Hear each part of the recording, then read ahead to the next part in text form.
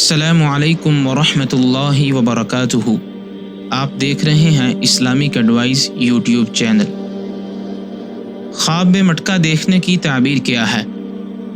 حضرت ابن سیرین رحمۃ اللہ علیہ نے فرمایا ہے کہ خواب میں مٹکا منافق آدمی ہے کہ جس کے ہاتھ پر مال ضائع ہوگا۔ حضرت ابراہیم کرمانی رحمۃ اللہ علیہ نے فرمایا ہے کہ خواب میں مٹکا کنیز یا خادم ہے۔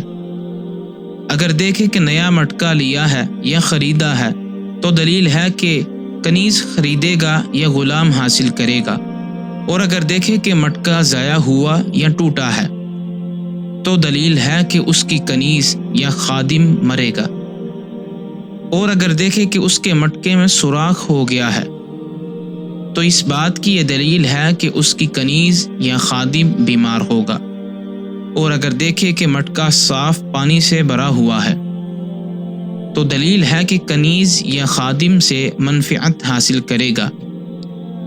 حضرت جعفر صادق رحمۃ اللہ علیہ نے فرمایا ہے کہ خواب میں مٹکا 5 وجہ پر ہے۔